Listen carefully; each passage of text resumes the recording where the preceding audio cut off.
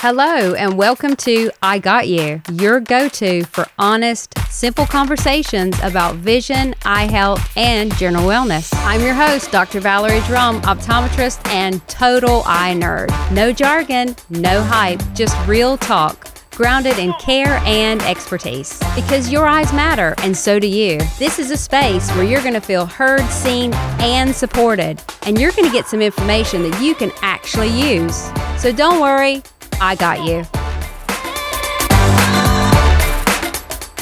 Welcome to today's podcast called Vision Under Pressure, How Stress Affects Our Eyes. And joining me today is a very special guest, Louise Halling, senior counselor and therapist. Louise also leads therapeutic support groups for Muscular Dystrophy UK, and Louise is the star of the award-winning BBC4 BBC Sounds Walk Like a Duck series. If you haven't checked it out, I would highly recommend it. So Louise, welcome to the show. Thanks for having me. It's great to be here. So it's because of eyes that Louise and I actually met the first time. Louise was one of my patients, and we met when I was working at, not my practice now, but another place I worked at. And we got to chatting. Turns out we were neighbors. Turns out Louise's husband is in the eye care industry. So, yeah, eyes. I just can't get away from eyes. No, neither can I, to be honest. I've been married to a man that's worked in it for 20 odd years. So, yeah. So, Louise, what we're going to talk today is about how stress affects the body. Now, one of the ways I know it affects the eyes is the old eyelid twitch. People get their eyelids starts twitching when they're really stressed. Sometimes they come in with styes on their eyes. Usually if I see a patient with a stye on their eye, I can spot it and say, you're run down, you're stressed out. And they'll say, actually, yeah, how could you tell? So what are, and I know a little bit about stress, this fight or flight response, but I understand we have a freeze reaction as well. How do these reactions, this fight or flight or freeze, that's one of the questions I've always had. How do these reactions bring on stress to the body, and what sort of effects does that stress do to us, our bodies? So yes, you're right. There are a number of reactions, but kind of going back in time, this is sort of how we were made from when we were early humans running away from lions and that kind of thing. And actually even today, in short bursts, stress is not only good but can be necessary to keep us safe. So when we have short bursts of stress on our body, our cortisol levels go up, and cortisol is a hormone that basically increases your blood sugar and gets you ready to run or fight or run, do something in reaction to the danger that's in front of you. And that's not a bad thing. That's actually a good thing and a necessary thing. The problem comes and this is very much a sort of factor in our modern world, when stress becomes chronic, and also when we're having stress responses even when there isn't a danger, but our bodies think that there is. So that can be caused by all sorts of things, just a kind of hypervigilance that we might be living with for various reasons, because something stressful's happened in our past, or we feel this constant sense of stress due to the pressures of work or family or caring or whatever it is. And rather than our body come down off the back of that stress, we have this constant sense within our body that we're in danger, and that can lead to there's actually four things. There's fight, flight, freeze and fawn. So fight is quite obvious, that we're confronting the danger through anger or aggression or fight. Flight is like we're escaping the danger to avoid it, basically get away from it. Freeze is when we become still or numb, or like in the case of people that have experienced trauma, it can be a dissociation. So you kind of take your mind out of the moment, but your body stays still. And fawn is about trying to please or appease others. It's that kind of sense of, I'll talk my way out of it, so you're, fawning over people, as it were. But essentially, yes, it's the main stress hormone is cortisol, and it increases blood sugar and energy supplies. And long-term high cortisol levels are what cause the problems with stress, leading to fatigue and like weight gain, weakened immunity, poor sleep, changes in appetite and lots of other health problems. And that's where we get issues. And I imagine that's where the impact on the eye and your work comes into it. Yeah. And I see inflammation happen quite a lot in people who are stressed or run down. They get inflammation in the front parts of the eye. Sometimes they're just surface inflammation, and sometimes the inflammation goes quite deep into the eyes. So yeah, that's interesting. Fight, flight, freeze, and fawn. I've learned something today. Yeah. So another question that I wanted to ask you is, what are some of the red flags? Like I talk about red flags for the eyes that you've got an eye problem. What are some of the red flags for stress, and maybe even some of the ones that maybe you don't realize might be signs of stress that our body is putting out when you see your clients? What are some of the red flags that we should think about with stress?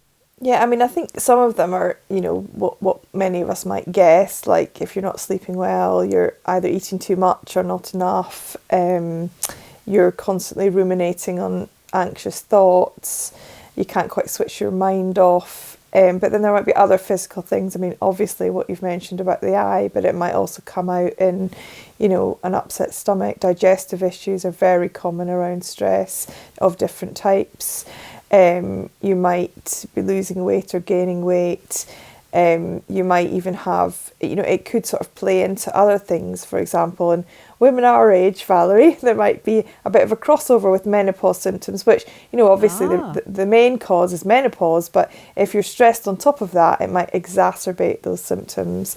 So, maybe even more aching joints or aching muscles in general can happen, whether you're in menopause or not, because you're holding the tension in your muscles. So whether it be in your jaw, you're grinding your teeth at night, you're holding the pressure, whether it be neck pain.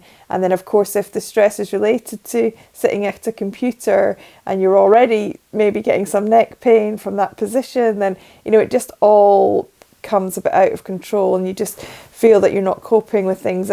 But some other signs that you could look out for that maybe aren't quite as obvious are thinking, hang on a minute, am I getting as much joy out of the things that normally make me happy, or am I just sort of gliding along in a sort of dull survival state?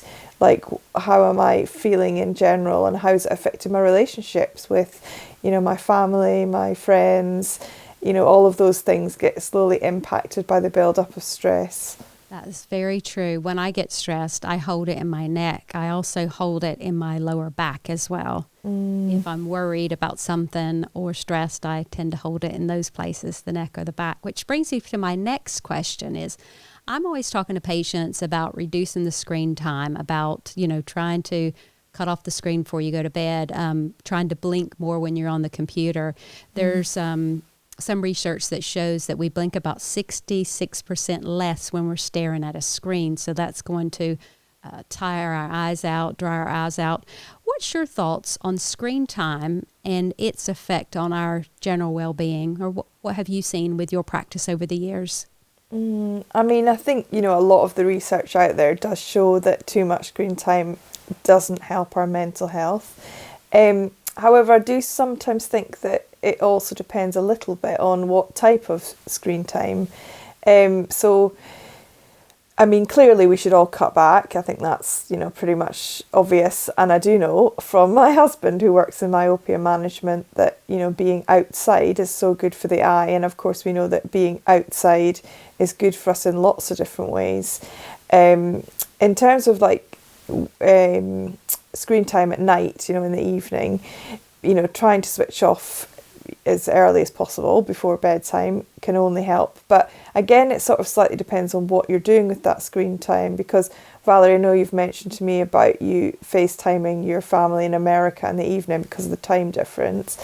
But actually, I mean, assuming that's a joyful thing, I mean, if it's very stressful, which sometimes it can be with aging parents and the it's not always stress-free, but then I feel like it's not, in terms of mental health, I'm not so sure about the eyes, but in terms of mental health, you're going to bed buoyed up by that conversation. You're not kind of more stressed. So if it's a joyful use of screens, even if that's watching a nice film, it's not as bad as doom scrolling through the internet until 1 o'clock in the morning. That's just no, it's not going to help in any way.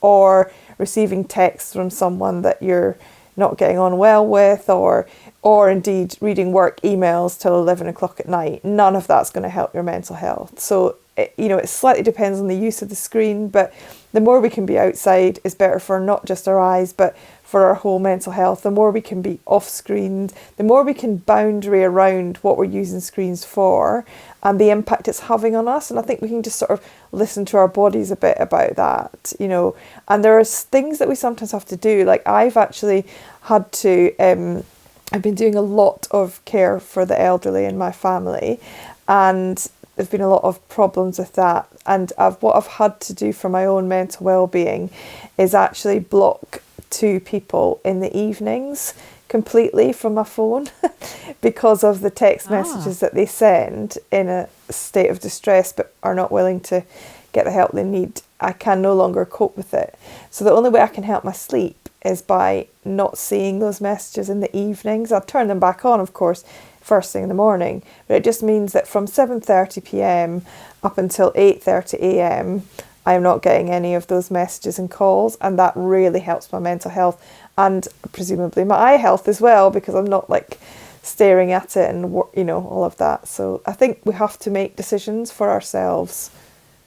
Yeah. Thank you for that. Thank you for sharing that.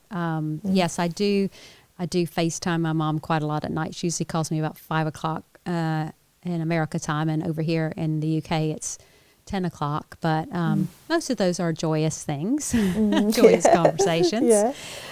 Now, another thing I wanted to ask you while we've got you on here today is, I know I share with my patients ways to reduce eye stress. Are there any tips that you can give us in general in terms of your recommendations to, I know we may not ever be able to get stress out of our lives because of certain situations going on in our life, but how do we manage it? Do you have like a top 3 or top 10 list? I mean, there's so much out there, isn't there? We can be almost bombarded on social media with top tips and all of that kind of thing. I mean, I think you hit the nail on the head there when you said we can't necessarily get rid of the stress. And I think that's actually a really important point, because it's about being able to control what you can control, but letting go of the things that you can't control or change. So if there are stressful things that just are not going to go out of your life, like for example, I live with a physical disability, I can't change that. I can't make it go away, much as I'd love to, but if I try to constantly fight against it, then the stress is going to increase. So it's how do I manage the stress of living with a disability, for example, or someone might have a child with special needs or something. How you can't stop that. So I think it's a case of trying to work out what suits you. So often on social media, I don't know why this happens to me, but I seem to have some weird thing in the algorithm where I get lots of information about combating stress through exercise, and I just want to punch someone in the face because I can't go out for a run. I do go swimming actually for me, because I can do that, but because I haven't got access to certain things due to my disability, I have to think, well, what can I use? And for me, that's often in creativity. So I do a life drawing class. I do a lot of art, and for me that's like a lifeline. I absolutely have to do that because it's the only way that I can get out emotions and stuff that would help. But for many people can do some exercise. Now again, I think we often set ourselves unrealistic goals, like, oh, I'm going to go out for a run every day at 7 o'clock, and then of course we fail at the first hurdle. And actually, if you think what I'm going to do is walk my child to school 3 days of the week rather than drive, or whatever it is, something achievable, then actually make that part of your routine. But even if it's tiny things, like earlier, the sun's just come out here today, and I've had quite a lot of meetings on screen, funnily enough, today, and I thought to myself, oh, I could just go and quickly finish some emails, and I thought, no, I'm taking 5 minutes, and I went literally out the front of my house where there's a chair, where the sun is at the moment, took my cup of tea, and I just had 5 minutes outside. That's all I did. And I didn't take my phone out with me just so that I could be there. And although I kind of think, oh, well, I could have got my emails done, honestly, that made me feel so much better, just that little bit of sun and looking out at the blue sky. So I think we have to make ourselves sometimes just fight against that voice that's saying there's something more important to do. It's like, no, this will actually make you more productive apart from anything else, and it will make you more well. So even the small things can help, I think. Thank you. Thank you for sharing. Yeah, I agree. Sometimes just being present, like you were, just going outside and sitting there and just taking in the moment can do a lot for stress. So Louise, thank you so much for joining us today. It has been wonderful having you on the program. It's always good to see you. And you're welcome. I really just love all the wisdom that you've shared with me and the listeners today. It's been eye-opening, no pun intended, to hear about how deeply connected our mental health is with our physical health. And Louise, do you have any recommendations if someone listening today is concerned about the stress and its impact on their life? Where should they turn? What sort of place should they go to? Well, that is difficult. I mean, it depends on the level of the impact, and quite honestly probably on someone's financial position. If somebody feels they need therapy and they can pay for it privately, then you could go to the BACP website, which is the British Association of Counsellors and Psychotherapists. They have a directory of counsellors, and some will be online, some will be face-to-face. If you would like counselling but you can't afford it privately, you can go to a GP, but be prepared for a waiting list. I think there's even a website that you can sort of refer yourself via the NHS for some counselling.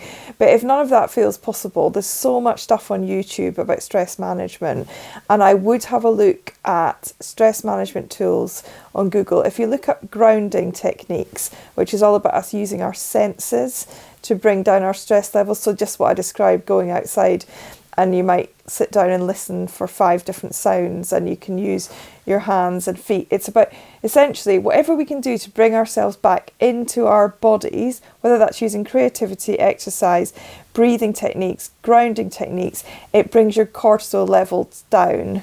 So that's what people need to look at. If you look it up, bringing down cortisol levels, how to do that, then even just finding a website with a few tips and then doing your best to put them into practice will just help you on that daily level. Wonderful. Thank you for sharing all that. And just to remind all of our listeners, please tune in for more episodes. If you enjoy this, please share it with a friend. And remember to take care of yourself and take care of your eyes. Thank you so very much for listening to the I Got You podcast with myself, Dr. Valarie Jerome. Just a little reminder, everything that we chat about here on this podcast is for info and entertainment purposes only. So if something's a little blurry, itchy, or not quite right with your eyes, book in an eye exam with your eye care provider. Take care of yourself and take care of your eyes.